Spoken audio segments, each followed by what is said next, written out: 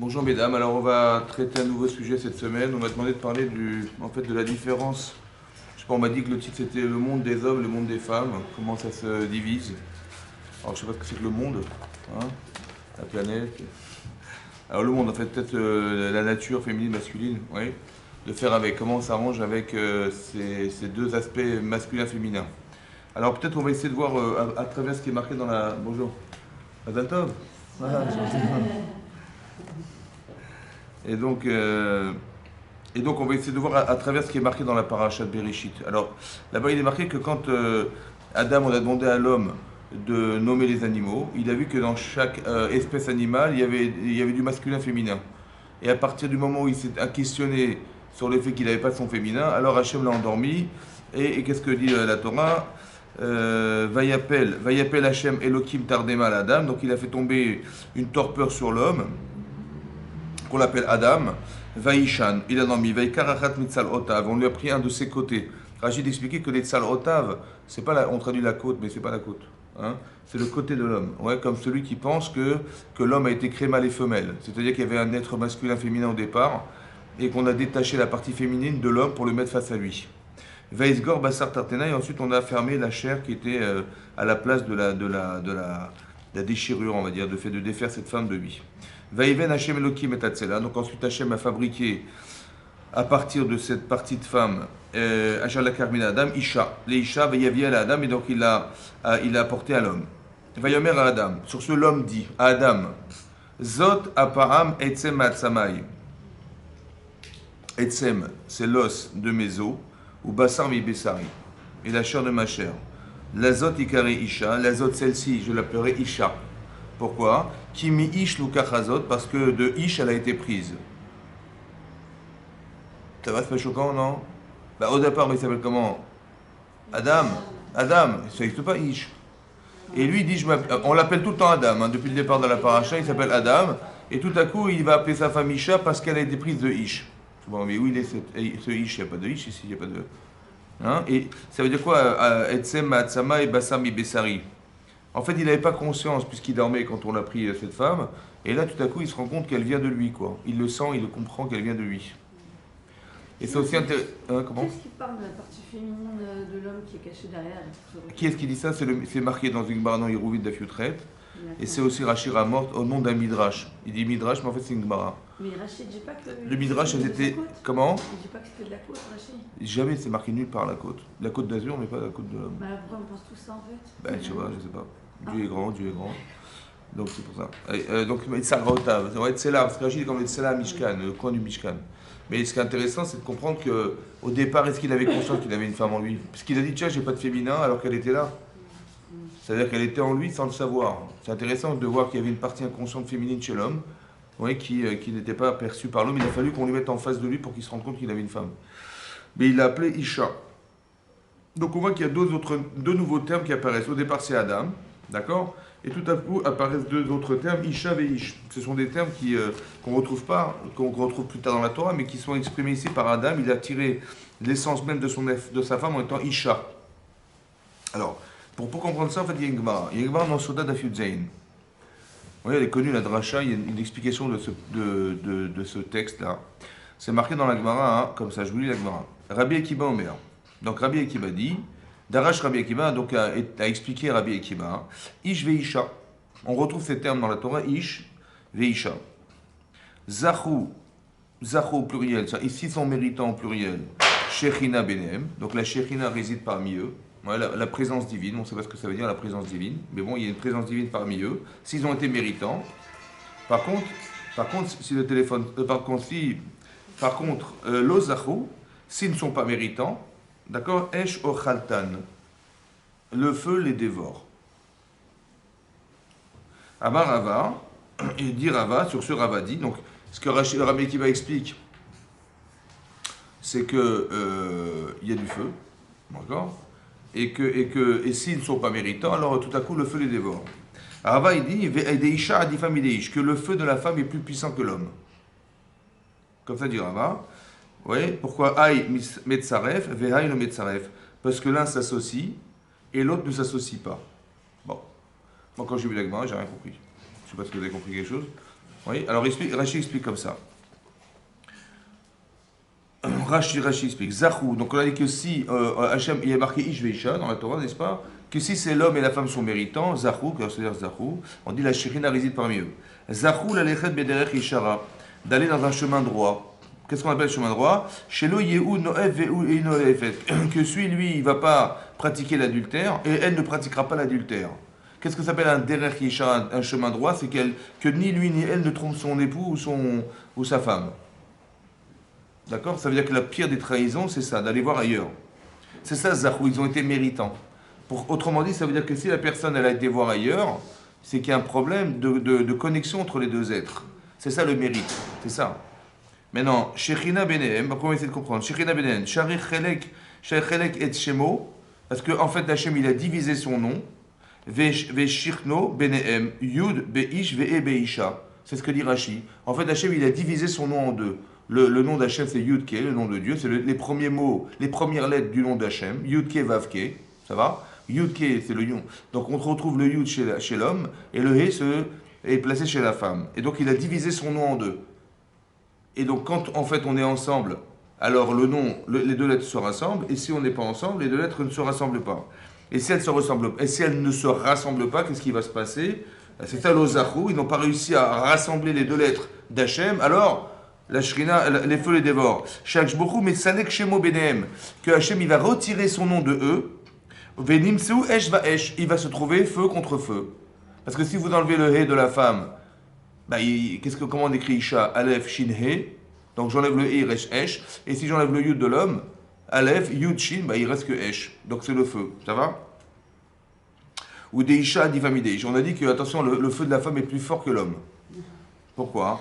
Parce que Rachid dit que la femme est folle. Non, je rigole. Je rigole. Pourquoi? Il est fort, il est plus fort. Pourquoi? Parce que le Esh Shel Isha Kasha, il est plus dur. Le feu de la femme est plus dur, plus virulent. Ou Memaeret, elle se presse les echol de manger, Velifara, Michel Ish, et pour aller se faire payer, on va dire, se faire justice en fait. Ouais. C'est quoi les Ifara? C'est se faire payer, Michel Ish. Il est plus fort le feu de la femme, oui. Et il va faire payer à l'homme ce que, je ne sais pas quoi, on ne sait pas. Esh de l'Aïcha, il est caché, donc il est dur. Ou Memaeret, les echol. Parce qu'on a dit Ochaltan. C'est quoi Ochaltan? Il les dévore. Oui? Comment ça se traduit chez vous ça? Un feu qui dévore. Une femme, il y a marqué que le feu de la femme est plus fort, plus virulent. D'accord? Et elle va rapidement manger, ça veut dire qu'elle va détruire, consumer ce que l'autre il est, quoi. Les pharaons pour se faire payer Michel Ish de contre l'homme. Plus que l'homme. Elle est plus virulente que l'homme. Oui, mais pourquoi? Parce qu'elle a un feu qui est plus puissant que l'homme. Dans Isha, il y a Esh.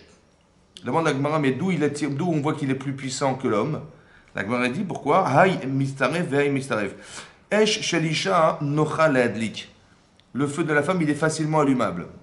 C'est pour ça qu'on rapproche de Hanouka. Non, il s'allume. Ça va dire que quoi il s'allume? C'est pour ça que la femme est elle fait souvent des gâteaux, mais souvent des éclairs. Ouais. Esh shel Isha nocha le'adlik. Il est facilement allumable. Ma'er, rapidement. Chez En Hot Shel Shem Mafsik et là Mechoubar. Parce que le nom d'Hachem qui est le He, il ne sépare pas le mot Esh, mais il se rassemble, il se colle. Vous avez vu comment on écrit Isha, Aleph, Shin, He. Donc il y avait déjà du feu avant qu'on ait mis le He. C'est ça que dit Rashi. Il y avait déjà du feu. D'accord? Venikra Esh. Aval Shel Ish, par contre celui de l'homme, en revanche celui de l'homme, Hen Otiot Shel Esh Mistarfot Yachad. Pourquoi? Shayud Shel Shrina Mafseket. Vous avez vu que si je mets la Shrina, le Yud il est censé séparer le Aleph du Shin. Alors que chez la femme, il est censé s'associer au Esh. Ça veut dire que de base, une femme elle a du feu très fort. Puisqu'il est déjà là avant même qu'Hachem se rassemble à elle. C'est-à-dire qu'il donne sa partie, en vérité sa partie. Et donc ça veut dire quoi? Ça veut dire qu'une femme elle peut être virulente contre son mari beaucoup plus que l'homme il est virulent contre sa femme. Mais d'où vient cette virulence? L'Ozachou, ils n'en sont pas méritants. Alors là, le feu qu'elle a, il va dévorer plus son mari, elle va dévorer plus son mari que son mari va dévorer sa femme. Ça veut dire qu'il va être virulent contre elle. Ça va?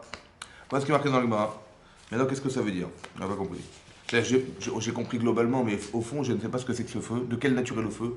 Oui. Qu'est-ce que ça veut dire qu'est-ce que ça veut dire faire résider la Shrina? Qu'est-ce que veut dire que si la shrina se retire, ben, le feu de la femme il est virulent contre son mari, il la dévore, elle le dévore ou il se dévore entre eux. Qu'est-ce que c'est que cette histoire de Hesh, de feu? Ouais. Alors, je vais vous rapporter le Maharal de Prague. Le Maharal de Prague, il a écrit dans ce qu'on appelle les Chidushé Agadot, donc il a écrit sur ce texte de l'Agma dans Sota d'Afud Zayin. Voilà ce qu'il dit, le Maharal de Prague. Regardez. Chez Zachou Shkena Benehem, lorsque la Gemara explique que s'ils sont méritants, on ne sait pas ce que veut dire mériter, mais lui il explique que ça veut dire quoi mériter. Pirouche. Ki ish ve isha shekol echad mehem chelek à Adam. Attention. On avait la question au départ, dans le texte c'est marqué Adam. Bon, et tout à coup Adam, il appelle sa femme Isha parce qu'elle a été prise de Ish. Mais pourquoi il a changé son nom? C'est bizarre. Il s'appelle pas Ish, il s'appelle Adam. Alors lui il explique le Maharal, il explique qu'en vérité, qu'est-ce que c'est que Adam? C'est la composition des deux êtres. Ish ve Isha. Il y a marqué Ki Ish, Isha, chez Kol Echad Mehem Chelek Me Adam. Chacun d'entre eux, c'est-à-dire le Ish et le Isha, sont une part de l'homme. C'est-à-dire que l'homme est le complément des deux êtres. Et Adam, c'est pas l'homme en vérité. C'est quoi Adam? C'est la composition des deux êtres. Nous, on croyait Adam, c'est l'homme, on va traduire l'homme. Mais c'est pas ça. C'est pas l'homme en vérité, c'est l'explication de la composition des deux êtres, de la concentration des deux êtres. Et c'est ce qu'il était au départ, Adam, il était composé de sa femme. Veshneem biyachad em Adam shalem. Et donc quand ils sont ensemble tous les deux, c'est ce qu'on appelle un homme entier. Ouais. Adam shalem. Ok. Donc c'est pas Adam l'homme, c'est l'entité même masculine-féminine qui s'appelle Adam.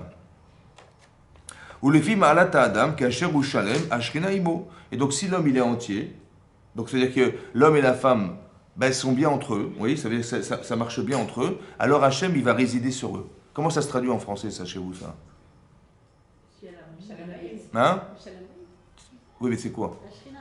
Oui, j'ai compris, mais c'est quoi la shrina? On dit quand ils sont bien entre eux, là, il y a la shrina qui repose sur eux. D'où vous savez que la shrina repose sur vous? D'où vous savez? Hein? Ben, je crois que c'est quand on aime l'autre. C'est pas l'amour, ça? Hein? C'est quand on aime son mari, on aime sa femme. Shrina, il n'y a rien qui fait écran entre nous. Donc on aime son mari, on aime sa femme. L'expression de l'amour, c'est la shrina, non? Ben c'est ça qui est marqué. Ou le film Malata Adam, Kacherou Shalem, Beshkinaimo. Donc s'il est entier avec son épouse, il n'y a rien qui fait écran. Il n'y a pas d'animosité, il n'y a pas de question, il n'y a pas de. Oui, parce que le doute, en fait, qu'est-ce que fait le doute? Ben, le doute, ça empêche Hachem de pouvoir pénétrer la personne parce qu'il veut bien, mais il ne peut pas. Il ne peut pas parce que la personne, elle doute. Par contre, quand il est Shalem, ça veut dire que c'est quoi Shalem? Entier, c'est qu'il n'y a rien qui fait écran entre lui et son épouse. Ouais. Alors là, Hachem, il réside parmi eux. Qui Hachem, il barre Shemo Chal al Davar Shalem. Parce que, dit le Maharal de Prague, que par définition, Hachem, il va résider dans ce qui est intact, dans ce qui est authentique, dans ce qui est vrai. Ça va? Si je suis faux, donc je suis double. Vous avez compris? Et si je suis double, ben Hachem, il ne sait pas où est-ce qu'il va résider où. Ça va? Et donc, il ne peut pas résider parmi la personne qui est menteuse, ou qui est menteur, ou qui trompe, quoi que ce soit. Parce qu'il faut que la personne soit claire avec elle-même. C'est pour ça que la personne qui est hypocrite, il ne peut pas avoir de shrina. La personne qui est malheureuse, elle ne peut pas faire résider la shrina sur elle. Etc. Vous avez compris? Parce que la personne qui est épanouie, c'est celle qui est souriante, qui sourit, qui est heureuse, qui est saméar. Voilà, c'est ça. On voit bien qu'il y a Yaakov et il y a Israël. On voit que Yaakov, lorsqu'il apprend que son fils est vivant, tout à coup on l'appelle Israël. Et là-bas, on explique pourquoi, parce qu'il est saméach, il est heureux de savoir que donc la shrina, elle réside que dans un espace qu'on lui donne, c'est-à-dire dans la joie, il n'y a pas de fracture dans la personne. C'est ce que dit le Rav, que qui Hachem itbarach shemo chal al davar shalem, parce qu'il réside sur quelque chose qui est entier. Mais l'écart, qu'Hachem itrabru yachad shemo itbarach chal alehem. Donc quand eux ils se rassemblent, d'accord, l'homme et la femme, donc le yud et le he se rassemblent, donc là la shrina, c'est une allusion pour expliquer que quand on est épanoui, on est un homme dans son couple ou on est une femme dans son couple, la shrina va résider parce que chacun, on va dire, il a un rôle accepté, on va dire comme ça. Oui, c'est ça, un rôle accepté par l'autre et qui fait qu'elle se sent femme dans son couple, il se sent homme dans son couple, shrina benehem, et là il n'y a rien qui fait, et donc la shrina va résider, c'est comment on va dire, les paramètres ou le symptôme d'une vie épanouie, bah, c'est l'amour entre un homme et sa femme. C'est là que je sais qu'Hachem, il dit, on est bien tous les deux, puisque j'aime mon épouse, elle aime son mari.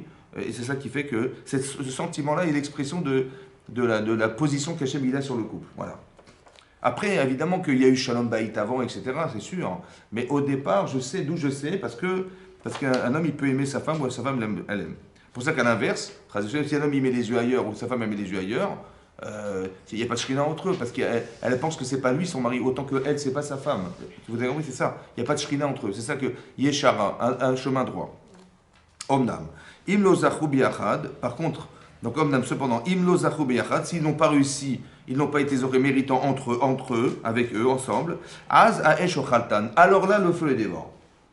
Alors on explique c'est quoi? Ze ki ma'alat adam, shu nichnas bimchisat elyona sheu esh. Quand l'homme il rentre dans une dimension qui s'appelle feu, velekach sham esh bemilat ish ou bemilat isha, qu'Hashem asher yitbarach mesalek shemo bimedehem, oui, az aesh soref ish. Qu'en fait quand un homme il n'y a pas la shrina, il arrive à une dimension qui s'appelle esh. Comme si qu'il lui manquait quelque chose qu'on peut appeler la colère, qu'on peut appeler la frustration. Oui. Quand un homme est frustré, une femme est frustrée, ouais, elle ne se sent pas femme, donc elle dit mais moi je ne suis pas une femme pour toi, son et s'envole. Autant que si un homme dit mais moi je considère que je ne suis pas un mari pour toi, son yud s'envole. D'accord? Donc il est frustré, il dit mais tu m'as fait ça, tu vois ce que je vais te faire, ça va? Tu ne me reconnais pas, ouais, tu m'ignores, tu me dénigres, et bien ce et je le retire, et donc tout à coup c'est le feu qui reste. Ça veut dire que je pense que le esh, oui, autant il sert, autant il dessert. C'est une ma'ala chez la femme, puisqu'on voit que le feu, il est fort, il est virulent chez elle. Elle a une fonction, la femme, qui s'appelle Esh, qui est beaucoup plus puissante qu'un homme. Et ça, si on ne lui reconnaît pas ça, on ne rend pas elle, cette femme Esh Isha, alors cette frustration de femme de laquelle on retire le et, il dit, bah, tu verras le feu qui me reste, je vais te manger avec.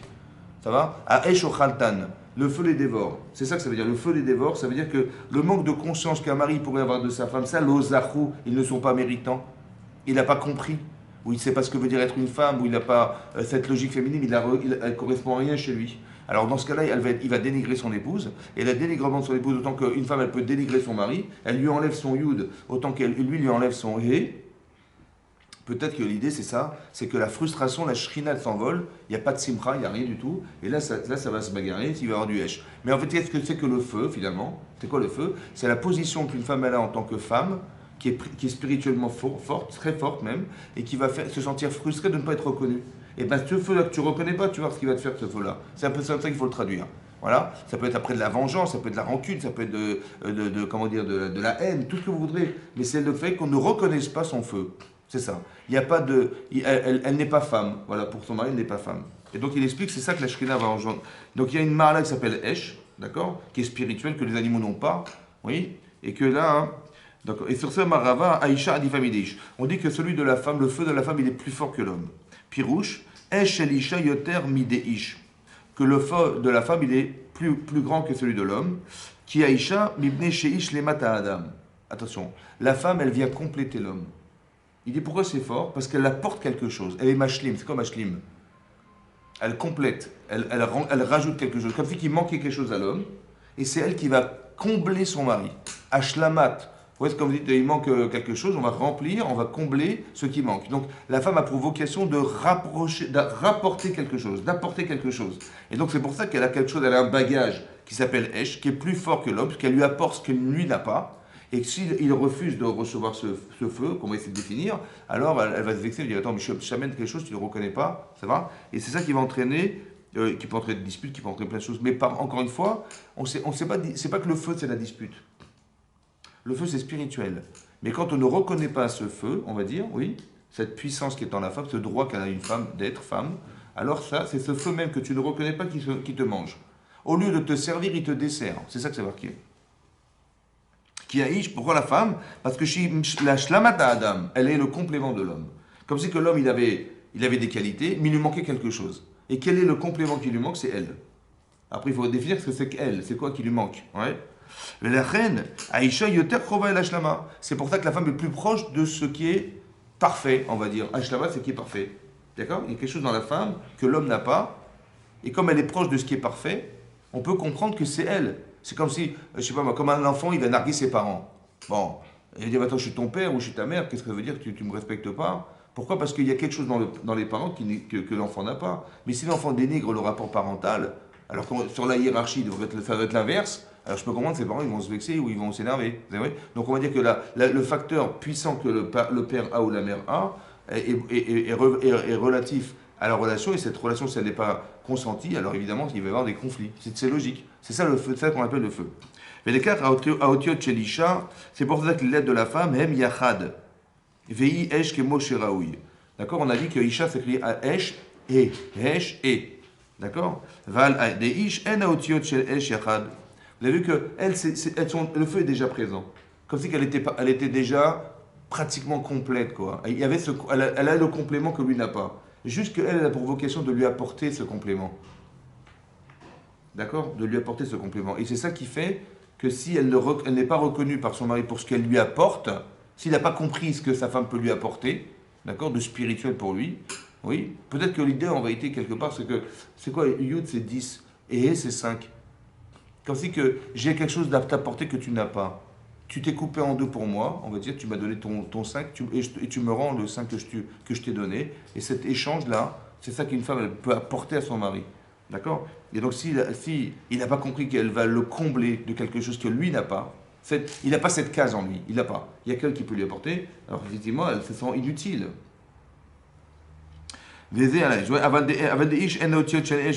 D'accord? Mori alze chez elle, chez la tibilti betukan raoui. Donc, le fait qu'on ait mis le yud entre les deux lettres, c'est pour dire, tu vois, ce feu, il n'est pas complet. Ça va? Si simplement tu acceptais qu'on te mette le hé dans ton yud pour faire un yud qui est vavke. Voilà le yud qui est. Si tu acceptais qu'Hachem puisse résider en toi, il n'y a que elle qui peut permettre ça. D'accord? Il n'y a que ta femme qui peut t'amener ce hé qui te manque. Si simplement tu l'acceptais. Pourquoi je vous ai? Parce qu'il dit, tu vois, il y a le petit yud qui sépare le aleph du shin. Donc le feu n'est pas entier, c'est elle qui va le combler. D'accord? Vedavarzi yadoua qui kol a esh. של האישה אינו יוצא מן הסדר כמו שהוא אצל האיש. והאש הזה, רצה לומר כוח הנגבל. Attention. Il dit c'est quoi ce feu-là? C'est le koach. Le koach c'est la force, ça peut être un droit, un nivdal qui est séparé, qui est différent, shiesh ba'ish ba'isha. Il y a quelque chose, il y a dans la nature féminine quelque chose que l'homme n'a pas. Ça va? Et donc cette différence-là, c'est ce qu'elle peut lui apporter. Avec un cher zachou Hashem itbarar benehem, d'accord, mitraber les koach hanivdal shelahem. Et donc, quand ils ont été méritants, c'est-à-dire que méritant, c'est quoi mériter? C'est quoi d'être zach? C'est d'avoir compris fondamentalement ce que j'ai à gagner en tant qu'homme et ce qu'elle peut avoir comme emprise sur moi pour me permettre d'accéder à ça, à l'homme.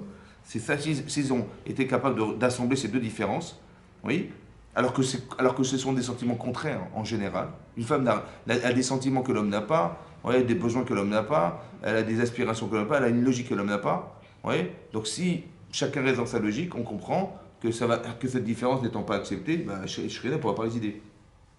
Par contre, si j'accepte la différence, si je sais à quoi peut me servir la différence, on est différent, ok, mais est-ce que ça vous dérange la différence? Ou bien, au contraire, ça peut être un complément. Mais c'est vrai qu'en général, les gens vivent avec la différence, oui, et cette différence les dérange. Donc ils essayent d'échapper à la différence. Parce que c'est une forme d'agressivité qui existe dans le fait de savoir que, de toute façon, on n'a rien à voir tous les deux. Ouais, en termes de besoins, de réflexion, je ne sais pas moi, de logique, tout ce que vous voulez, en vérité, on est de nature complètement différente. Et donc, on est forcément, c'est plus contre soi qu'avec soi. De base, je parle de base. Quand vous êtes, je sais pas, vous avez plus de copines que de garçons copains, vous avez compris? Là, quand on est à l'école, on a plus avec les filles qu'avec les garçons. Pourquoi? Parce que tout ce qui se ressemble, s'assemble, c'est la logique naturelle des choses. Or là, on nous demande de vivre avec quelque chose qui n'est pas de même nature que soi. D'accord? Comme s'il y avait un besoin de savoir que c'est pas parce que c'est différent que c'est contre toi. Que de façon naturelle, je n'ai rien à faire avec un garçon, ouais, ou j'ai rien avec une fille, parce que je suis un garçon. En vérité, non, on voudrait que tu comprennes que l'association, tu as gagné de la différence. Elle ne réfléchit pas comme toi. C'est pour ça que vous voyez que le racisme en soi, ouais, la différence des êtres, soit c'est compris comme un enrichissement, soit c'est compris comme quelque chose qui n'a rien à voir parce qu'on se sent supérieur et l'infériorité des autres n'a pas de place chez nous. Alors on va les dénigrer, on va les rendre esclaves, on va exploiter la faiblesse de ceux qui sont faibles. D'accord? Et on va s'en servir pour être au service de ce qui est la race supérieure, on va dire. Mais c'est pas comme ça que la Shrina réside, parce que voilà, on est dans la souffrance. Et donc, dès l'instant où on sépare les éléments présents, alors forcément la Shrina ne va pas résider, là c'est le feu. Ça veut dire que le monde peut se détruire de ça, vous comprenez? C'est ça qui est marqué. Alors que si on est capable d'associer nos différences, ouais, cette différence elle existe dans la nature féminine et masculine, si je comprends ce que j'ai, qu'elle va m'apporter, que je ne pourrai jamais avoir. C'est un petit peu comme je vous ai expliqué le conflit entre la Lune et le Soleil. Vous vous rappelez de ce conflit entre la Lune et le Soleil? C'est marqué, au départ Hachem il crée deux grands luminaires, n'est-ce pas? Et puis la Lune elle se plaint. Elle dit mais à quoi ça sert d'avoir deux luminaires qui éclairent la Terre? On aurait pu mettre un seul luminaire, il éclaire la Terre, ça aurait largement suffi pour en mettre deux. Ouais, c'est ça qu'elle demande. Qu'est-ce que fait Hachem? Il lui enlève un peu de sa lumière. Et il lui a rajouté, pour la consoler, il lui a mis des étoiles. Mais non, elle a raison, évidemment, quand ça sert de luminaire. Elle a raison. Et la Gemara dans Choulin d'Af Samer, elle dit, mais je pose des bonnes questions et tu me diminues ma lumière. Elle n'a pas compris finalement quoi. Qu'est-ce que. Nous, on n'a pas compris quelle était la réponse d'Hachem et elle n'a pas compris elle-même quelle était la réponse d'Hachem. Tu m'as diminué ma lumière, mais qu'est-ce que j'ai fait pour que tu me diminues ma lumière? Ça va? J'ai une bonne question et tu me diminues ma lumière. En quoi tu m'as répondu, elle ne comprend pas. Et bon, la Gemara donne toute forme d'argument qu'Hachem a dit, mais elle n'a toujours rien compris. La lune. Mais alors, qu'est-ce que ça veut dire au fond? Ça veut dire comme ça. Elle a cru que sa fonction c'était d'éclairer la terre. Donc si on est tous les deux éclairés la terre, je ne vois pas pourquoi il est là le soleil. C'est vrai. Maintenant, ce qu'elle ne sait pas, hein, c'est que toute sa lumière, elle vient du soleil. Vous avez compris? Parce que si j'avais éliminé le soleil, dit Hachem, tu n'aurais aucune lumière, zéro. Parce que tu n'es que le reflet de la lumière, tu n'es pas lumière. C'est ça. Peut-être que l'idée c'est un peu la même. Si un homme il n'a pas compris que ce que sa femme peut lui apporter en lumière, c'est ce qui va lui permettre de projeter à l'extérieur, il dit mais j'ai pas besoin d'une femme, que c'est une femme. Il n'a pas compris que c'est ça qui va compléter ce qu'elle est. Lui, on est de la pierre. Ça veut dire que l'homme c'est de la pierre, c'est la lune. D'accord? Et la projection de lumière que lui renvoie sa femme lui permet d'éclairer. Mais sans elle, il ne peut pas voler. Je veux. Sans elle. Hein? Ben ici dans l'exemple, c'est l'homme c'est la lune, on va dire, dans l'homme. Alors il dit, mais à quoi me sert la lumière de la lune? Elle me sert rien, le soleil ne me sert rien, puisque de toute façon j'ai une fonction qui est essentielle à moi-même déjà. On lui explique, non, on va diminuer pour que tu te rends compte d'où vient ta lumière. On va diminuer pour que tu te dis, mais attends, je sais pas mais pourquoi ça a diminué? Et je me rends compte que ma lumière ne vient pas de moi, elle vient d'ailleurs. Et je ne suis qu'un projecteur de lumière, vous avez compris? Et je ne suis pas la lumière, moi. Donc si on avait écouté la lune, il n'y a plus de lumière sur la Terre. C'est ça qu'Hachem voulait dire, tu as besoin de l'autre. Tu as besoin de ce que l'autre t'apporte. Et pas que tu veux, soi-disant, t'en passer en pensant que toi, tu peux te débrouiller tout seul. Ça va? Voilà. Et ça, c'est peut-être dans la fierté masculine, quelque chose qui fait qu'on est dans l'indépendance et de se passer des autres au maximum. Alors qu'en vérité, c'est l'inverse qui se passe, c'est qu'on a besoin d'exister par l'autre. Une femme le comprend par elle-même. Pourquoi une femme le comprend par elle-même et pas un homme? À votre avis, pourquoi c'est comme ça? Pourquoi une femme, elle peut comprendre ce que je vous dis par elle-même et l'homme n'est pas capable de comprendre? C'est l'intuition. Mais oui, mais d'où ça vient ça? Peut-être que de nature. Comment on appelle une. On dit le féminin se dit nekeva en hébreu. Nekeva, ça vient du mot nekev, ce qui est un orifice. Quelque chose à combler. Donc une femme, elle sait qu'elle va être comblée par son mari. Alors qu'un homme, il est zachar. Ouais. Zachar, c'est quelque chose de masculin. Le masculin, c'est quoi? C'est l'indépendance. Le masculin, c'est la force. Le masculin, c'est la virilité. Ça va? Il a l'impression qu'il a besoin de rien d'autre que de lui-même. Mais cette partie de virilité, elle vient du fait de son nom. Parce que Adam, il s'appelle Adam, mais il vient de Adama. C'est quoi Adama? La terre. Alors que la femme a été créée de l'homme, ça veut dire qu'elle a été reprise de l'homme. Vous avez compris? Ça veut dire qu'il y a une partie spirituelle qui est dans la femme, qui était déjà issue de l'homme, alors que l'homme n'était que de la terre au départ. Adama. Et donc lui, il a un travail de terre, ça veut dire qu'il est terrestre. Ouais. Il a un problème de se détacher de la terre. Comme si la terre c'était un sable mouvant, il fallait s'en sortir. Ça, c'est la nature masculine. Une femme, elle est beaucoup plus libre. Ouais. Elle a plus de spiritualité. Ouais, vous voyez dans la carte bleue, ça se voit tout de suite. Ouais. Mais ça veut dire que, oui, elle dit, mais ça va, on va s'arranger, t'inquiète pas, on va s'arranger. Mais je dis, attends, on va s'arranger, comment on va s'arranger? En fait, une femme, elle a du bitachon, ce qu'on appelle la confiance en Hachem, qui est naturelle chez elle. Elle a ce feu qui est fort en elle. Elle a confiance. On va dire qu'elle est à la fois fragile, parce que cette émotion l'amène à une forme de fragilité, d'accord? Parce qu'elle est fragile, donc ça peut être sa sensibilité, ça peut être le fait de ne pas être sécurisé, donc c'est ce que son mari va lui apporter, mais elle a une valeur spirituelle qui est très forte, la femme. C'est pour ça que, comment vous dire, c'est peut-être pour ça que le judaïsme est engendré par la femme. C'est elle qui rend son enfant juif et pas son mari. Dans le judaïsme, c'est comme ça que ça se passe, c'est marqué dans le parashat de Vaïtranan, ouais, que là-bas c'est clair, Rachid ramène, là-bas c'est une dracha dans la Gemara, que la Gemara dit que si tu donnes ton fils à cette fille, on dira son fils à elle. Et si eux ils donnent leur mari, leur garçon à ta fille, on dira son fils à elle. On voit que le fils de la femme, il est juif par sa mère, et il est le fils de la femme non juive lorsque un juif il épouse une non juive. Donc il est sorti du peuple juif celui-là. Ça va, c'est ça qui est marqué. Donc on voit qu'on est juif par sa mère. C'est de là qu'on le tire. Donc c'est important de comprendre que vous transmettez le judaïsme. Donc peut-être que le feu justement qui est en vous, ce feu là, il est spirituel, il est fort. Ouais, c'est ça qu'on appelle. Pourquoi on appelle ça du feu? Je pense que le feu, c'est le feu qu'on retrouve dans le buisson ardent. Ouais. Quand Hachem il apparaît à Moshe Rabbeinu, il apparaît comme du feu. On dit Hachem Esh Ochlaou. Hachem c'est un feu Ochla qui consume. Ça veut dire qu'il y a quelque chose qui mange. Donc ce feu là, c'est le feu d'Hachem. Il y a quelque chose de divin dans l'être humain. Oui, quand Hachem il a insufflé un souffle de vie dans l'être humain, il y a une partie qui est beaucoup plus forte chez la femme, sensible chez la femme que chez l'homme. Parce qu'au départ, il insuffle dans la narine un chelek et le kamimal, ouais, un chelek, une part de divinité, mais en fait qu'il a coupé en deux. Il a mis le hé chez la femme, il a mis le yud. Et donc ce qu'il espérait, c'est qu'on arrive à se retrouver, l'association des deux êtres, disons l'amour, le fait qu'on se comprenne, le fait qu'on sache combien on a besoin de l'un de l'autre, ça fait que la shrina, elle est là. Et si on se sépare les uns des autres, si on pense qu'on est autonome, on n'a pas besoin des autres, ou on pense que de toute façon, ça peut être sa femme qui est la mère de ses enfants, mais il y a sa femme, la mère de ses enfants, et des femmes en général. Et il fait un amalgame, ou elle fait un amalgame, ouais, et donc ça les sépare, ça les divise, et là c'est catastrophique. C'est ça qui va faire que, comment vous dire, c'est ça qui va faire qu'il peut y avoir une dissociation, parce qu'on peut se passer d'elle autant qu'on peut se passer de lui. Et cette forme d'indépendance, de se passer de l'être qui est cher, ça divise la shrina, et là ça s'envole. Et là, il y a quelque chose qui va entraîner que le hesh, ce fameux feu là, tu ne reconnais pas. C'est pour ça que c'est très important qu'il y ait du dialogue. Oui, c'est très important qu'il y ait de la reconnaissance du bien que l'autre me procure.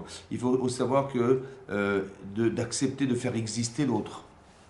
Oui, quand vous parlez à quelqu'un ou quand vous ne parlez pas à quelqu'un, si vous ne parlez pas à quelqu'un, la personne se sent ignorée. Mais en vérité, c'est pas qu'on a manqué de lui dire quelque chose, c'est qu'on a manqué de la faire exister, la personne. Comme c'est qu'elle était là pour rien, vous comprenez? Et ça, c'est très frustrant. Et c'est ça qui fait que la shrina s'envole. Il n'y a pas de communication. On n'arrive pas à discuter, ou alors quand on discute, c'est pour s'énerver, ou alors on discute, c'est toujours des sujets qui traitent de choses qu'on n'a pas envie d'entendre. Vous avez compris? Et donc, c'est ce qui nous dissocie. Mais on ne se rend pas compte que quand on se sépare de l'autre, on sépare la shrina.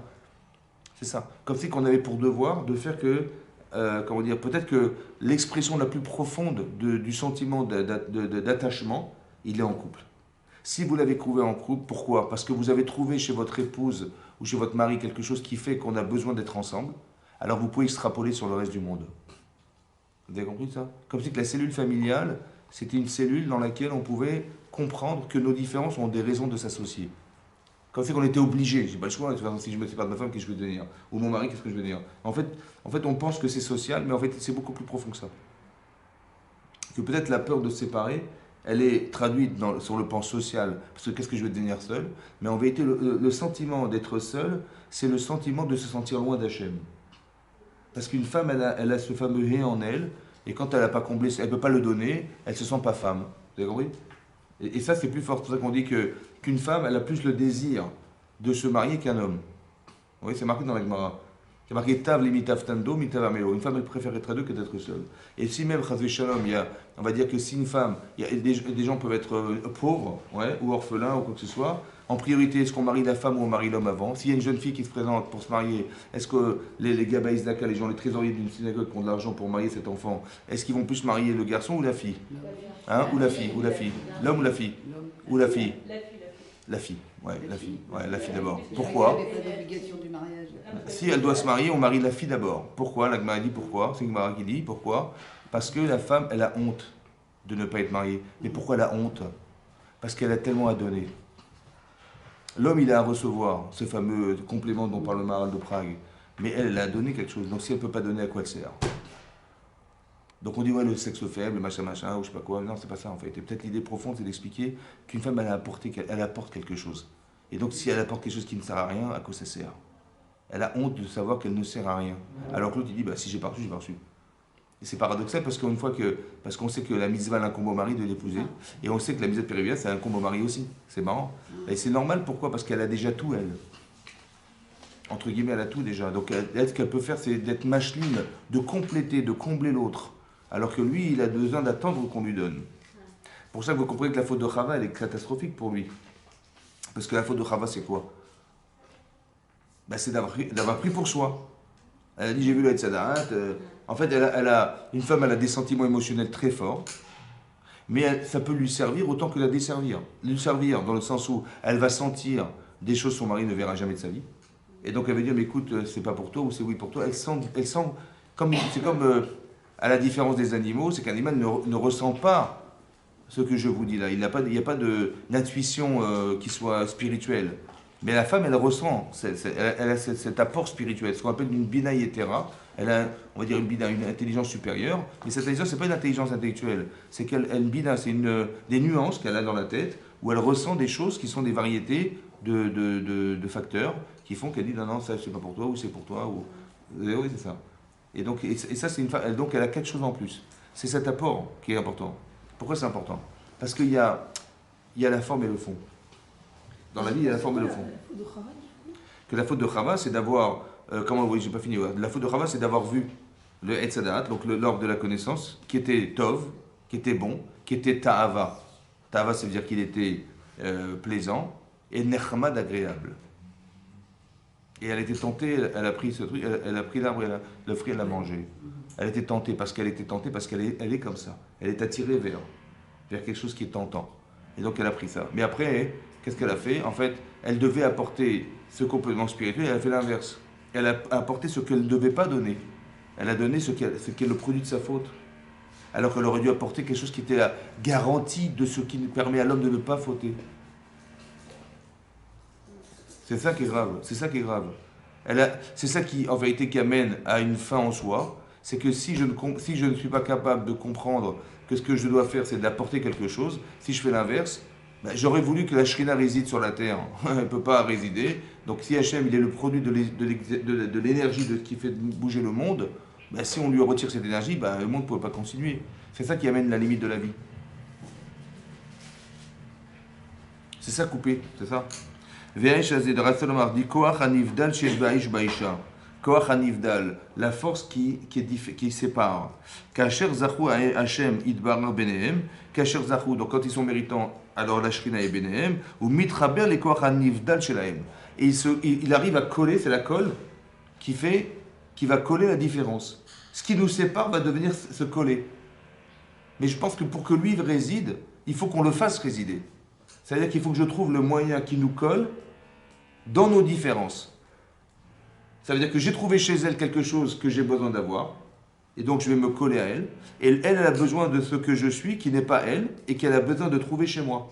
Ça va? Et donc elle trouve chez moi, chez l'homme, quelque chose qui la colle à lui. Et ça, le fait de se rattacher intellectuellement, émotionnellement à l'homme ou à la femme, ça fait venir la shrina, ça. Shrina Benem. On se sent plus fort, on se sent, comment vous dire, on se sent pousser des ailes, on a envie d'avancer, on a envie de construire, c'est ça.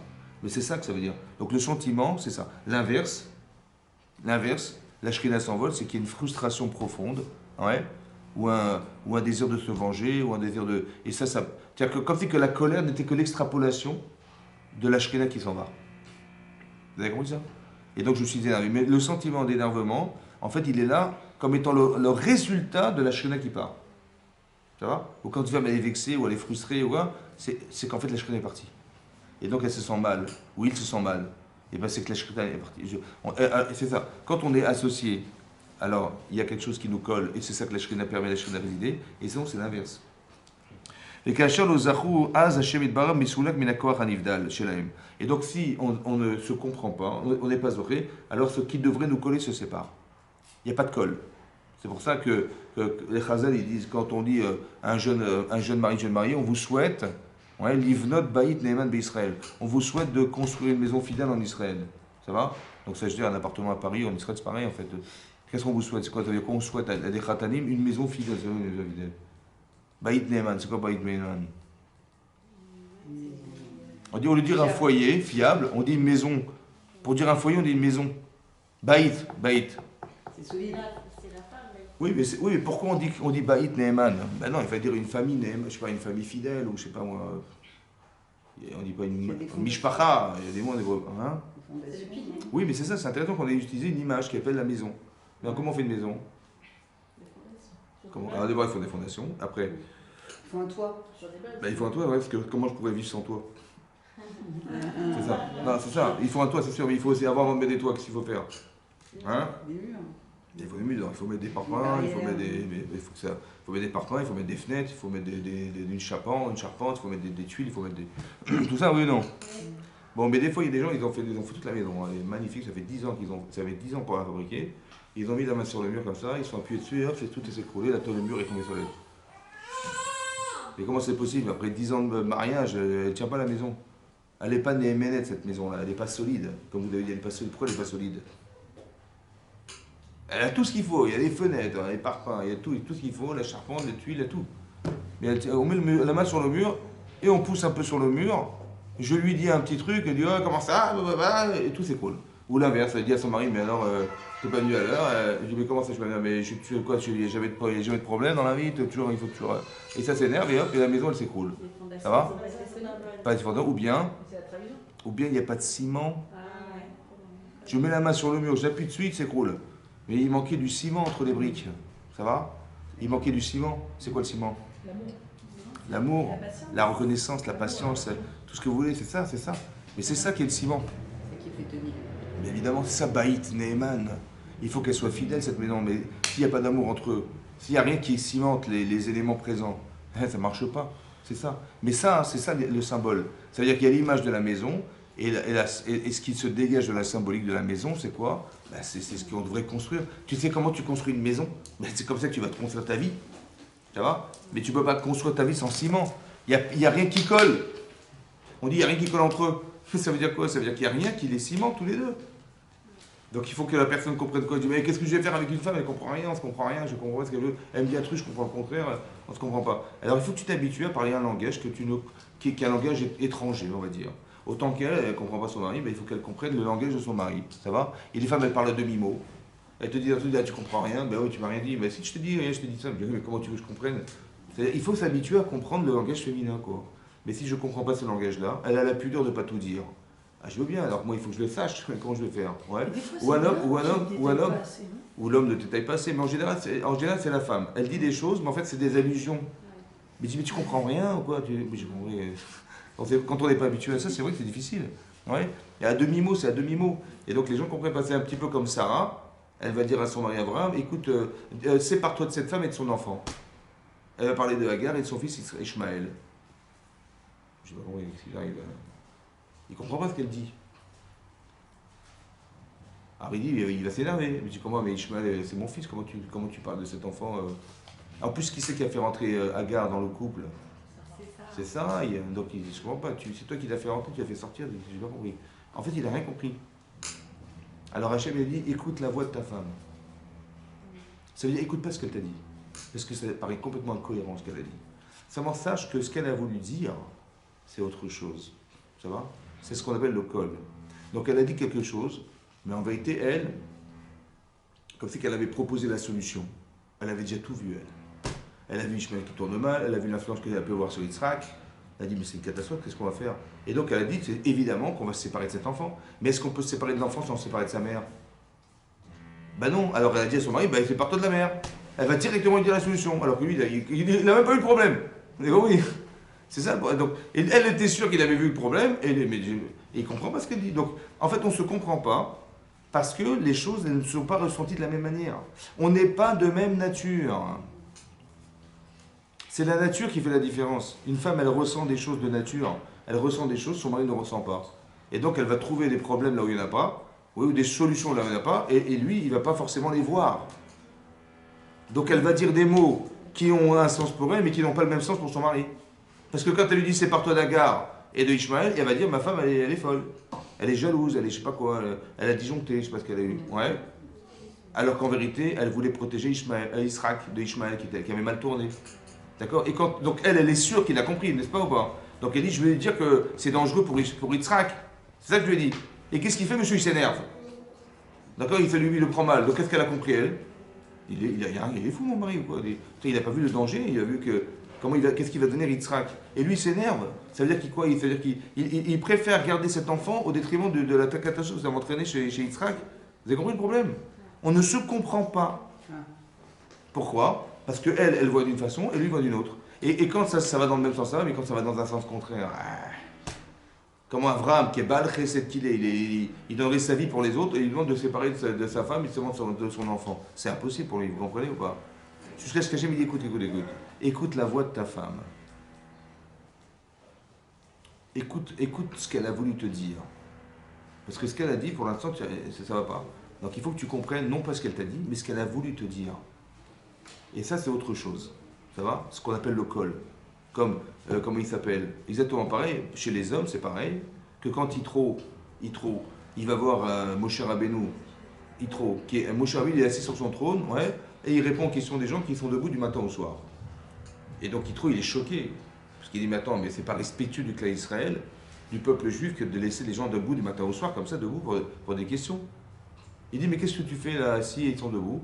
Et qu'est-ce qu'il a compris, Moshe Rabbeinu? Il a compris, mais c'est quoi ton métier? Là, mon métier, c'est de répondre aux questions des gens. Alors il répond, bah, ils ont des problèmes, ils viennent me voir, et j'en profite pour leur apprendre la Torah, etc., etc. Il lui dit, l'otov, machéata aussi, c'est pas bien ce que tu fais. C'est-à-dire que Yitro, il vient de faire tchouva la veille. Ouais, il est venu, il a fait tchouva la veille, il vient, il dit à Moshe Rabbeinu, qui a descendu la Torah de Mont Sinaï, il dit, tu as fait la Torah, mais c'est pas bien ce que tu fais. Bon, imaginez-vous comment ça se comprend. C'est-à-dire, lui, il a compris que ça se faisait pas. Et l'autre, il a cru que ça voulait dire quel métier tu fais. Ouais. Et il lui répond, c'est pas bien. Il dit, comme ça, c'est pas bien. Vous avez compris le problème? Et là, c'est marqué que Yitro, il lui a conseillé après, il lui dit, écoute, si tu fais comme ça, navol tivol, tu vas te flétrir. Ça veut dire que tu vas plus avoir la santé. C'est trop ce que tu as pris sur toi. Toi et le peuple. Pourquoi le peuple? Parce que des gens qui attendent 10 heures par jour, je vous rassure, ils n'auront plus de questions, les gens. Plus de questions. Donc tu vas user le peuple. Il dit, mais comment ça? Comment je dois faire? Moshe ne trouve pas de solution. Il dit, écoute, tu vas déléguer tes gens. Tu vas déléguer 78 600 personnes pour te remplacer. Vous avez compris ce qu'il a pris sur lui ou pas? Et après, c'est marqué dans le texte, c'est marqué Vaishma, il a entendu Moshe, l'école Chotno. Il a entendu la voix de son beau-père. Vous avez vu encore une fois? Il n'a pas entendu les paroles. Il a entendu la voix. En fait, on ne s'était pas compris. Parce que peut-être qu'il me. Si j'écoute les mots, je dis, pour qui c'est pris là? Et je pourrais me vexer. Moi, je suis Moshe Rabbeinu, je pourrais me vexer. J'écoute les mots, je me vexe. Je dis, mais non, mais. Attends, j'ai juste pas compris ce qu'il a dit. Ça veut dire que quand j'ai pas compris mon mari, j'ai dit, écoute, j'ai pas compris ce que tu as dit. Ou quand j'ai pas compris ma femme, je dis pas, mais elle est folle, elle dit n'importe quoi là. Comme si j'avais compris, mais elle dit des bêtises. Non, j'ai dit, écoute, ça me paraît pas logique. Qu'est-ce que tu as voulu dire? J'ai pas compris. Et là, elle m'explique. Vous avez compris? Parce que je suis d'accord qu'elle apporte quelque chose d'autre. Il y a un complément. Il y a une autre façon de lire. Et cette façon de penser m'intéresse. Autant qu'un homme, il va apporter à sa femme quelque chose qui l'intéresse d'avoir. Quand c'est marqué dans la Torah, vous savez, dans la Torah, c'est marqué que dans la paracha de Bereshit, c'est marqué là-bas que quand Chava elle a fauté, etc., donc elle a donné à manger à son mari, là-bas c'est marqué qu'il a dit à l'homme. Voilà ce qu'il a dit à l'homme, Hachem. Kishamarta l'école ishtecha. Encore une fois, Kishamarta l'école ishtecha. Tu as entendu la voix de ta femme. Ve'achalta, et tu as mangé de etzedat, les bilti achol, que je t'avais interdit de consommer. Ouais, alors Arura Adama, la terre sera maudite, et elle ne te donnera pas, c'est le fruit de sa terre. D'accord? Pourquoi? Parce qu'il a mangé de etzedat. Pourquoi c'est marqué parce qu'il a écouté la voix de sa femme? Qu'est-ce que ça a à voir avec sa femme? Il dit parce que tu as écouté la voix de ta femme et que tu as consommé du Etzada, Tovara, que je t'avais interdit de consommer, alors la terre sera maudite. Mais non, il fallait me dire simplement, parce que tu as mangé le fruit de l'arbre, la terre sera maudite. Dorénavant, elle ne donnera pas comme il fallait au départ, comme c'était prévu au départ. Oui ou non? La faute, c'est quoi la faute? C'est d'avoir mangé, c'est pas d'avoir écouté la voix de sa femme. La voix de sa femme, c'est un prétexte de la faute, mais c'est pas la faute. Alors pourquoi j'ai mis la rajouter parce que tu as écouté la voix de ta femme? Vous avez compris? Ça veut dire qu'il y a un apport féminin qui là va lui desservir. Tu as écouté la voix de ta femme, ça veut dire quoi? Ça veut dire qu'il y a des fois où tu n'aurais pas dû l'écouter. Pourquoi? Parce que de nature tu es différent de ta femme. Elle est émotionnelle. Alors je peux comprendre qu'elle était attirée par le Etzadat, par le fruit de la connaissance, mais toi tu l'es pas. Alors si tu l'es pas, hein, tu aurais pu te dire, écoute ma chérie, là tu vas trop loin, là ta sensibilité elle te dessert. Moi qui ne suis pas émotionnellement touché par le désir d'être attiré par le Etzadat, je peux lui dire, écoute là tu vas trop loin. Celui qui n'est pas, on va dire, subjectivement attiré vers, parce qu'il n'a pas ces émotions-là, il peut aider sa femme et dire, écoute là tu vas trop loin. Là tu vois, tu glisses dans la bêtise là. Parce que tes émotions t'emportent. Et c'est plus fort que toi, tu n'arrives pas à te retenir d'une tentation. Alors moi je suis là pour te retenir. Et j'aurais dû lui dire, dit Adam Arishon, Hachem, il dit, tu aurais dû lui dire, mais le problème c'est que tu as écouté la voix de ta femme. Ça veut dire que l'émotion qu'elle t'a apportée était beaucoup plus forte, mais parce que tu t'es investi de son émotion et tu es tombé dans le panneau et tu as fauté. C'est ça qui t'a manqué. Tu n'as pas été un homme. Tu n'as pas été le ish, tu as accepté d'être la isha. C'est-à-dire que la femme qui va subir en vérité les émotions qu'elle a transmis à son mari. Vous avez vu qu'une fois il fallait l'écouter, une fois il ne fallait pas l'écouter. Sarah, il fallait l'écouter, et Rava, il ne fallait pas l'écouter. Mais pourquoi? Parce que si de nature tu es capable de te rendre compte, toi, de ce qu'elle fait, te laisse pas influencer dans le sens de ce qu'elle t'amène, ce qu'elle t'apporte qui n'est pas ce que tu devais recevoir. Par contre, ce que ta femme a ressenti, tu l'as pas ça. Donc si Sarah, elle ressent des choses, elle voit des choses, et c'est ça que Rachid Abba dit, qu'une femme, elle a un plus grand niveau de névoie, Sarah, elle avait un plus grand niveau de prophétie que son mari, elle avait le roi HaKodesh que lui n'avait pas. Vous avez compris, cette sensibilité divine qu'une femme elle a, c'est ça le Hesh, la part de feu qu'une femme elle a, cette partie divine qu'elle a en elle, qui lui donne le droit de lui apporter ce que lui n'a pas. Quand un homme il étudie la Torah, oui, ben, il peut voir les mots, lui va voir les mots lui. Ça va, il va dire, ouais, tu as compris, moi j'ai compris ce qui est marqué. Mais est-ce que tu as compris à quoi ça vient répondre? Est-ce que tu as compris qu'est-ce que ça cache? Qu'est-ce qui a marqué entre les mots? Tu as compris ça? C'est ce que la femme apporte. C'est ça la shlama. Vous avez compris? Est-ce qu'une femme elle peut compléter ces émotions-là qui donnent un sens au texte? Donc Rava, elle a donné une mauvaise émotion et il l'a écouté. Elle lui a donné des mauvaises émotions. Ça veut dire qu'il y a le Yetzer Tov, Yetzer Hara. Le Yetzer Hara, c'est une émotion négative et le Yetzer Tov, c'est une émotion positive. Mais non, le support, c'est les émotions. Tu ne peux pas faire si tu n'as pas envie. C'est comme ça. Et donc ça, c'est ce que la femme apporte. C'est ça qu'elle apporte. La Hashlama, le fameux feu divin, il n'est pas de même nature. Vous avez compris? Il y a un feu divin qui, comme c'est qu'Hachem, il avait les deux sentiments, lui-même.